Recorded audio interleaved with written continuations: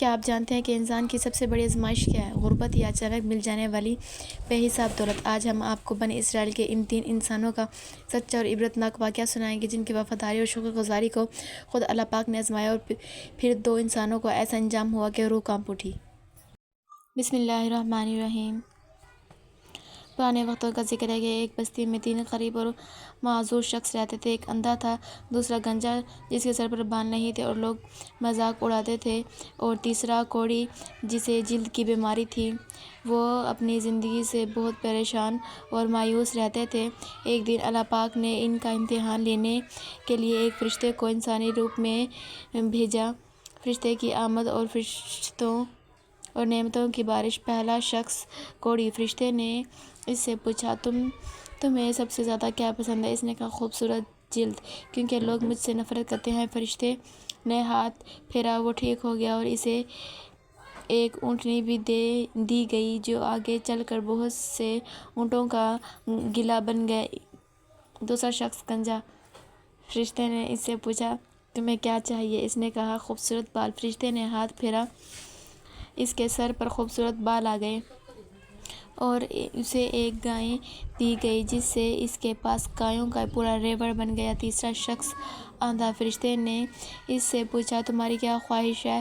اس نے کہا، اللہ میری آنکھوں کی روشنی لوٹا دے تاکہ میں دنیا دیکھ سکوں۔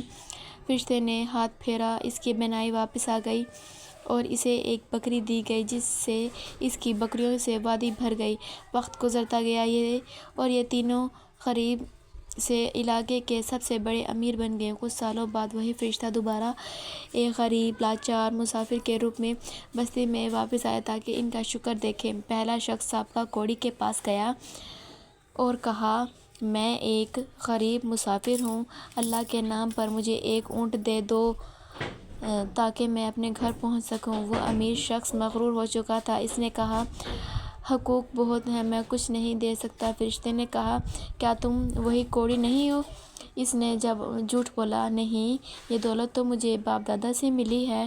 فرشتے نے کہا، اگر تم جھوٹے ہو تو اللہ تمہیں ویسا ہی کر دے جیسے تم پہلے تھے۔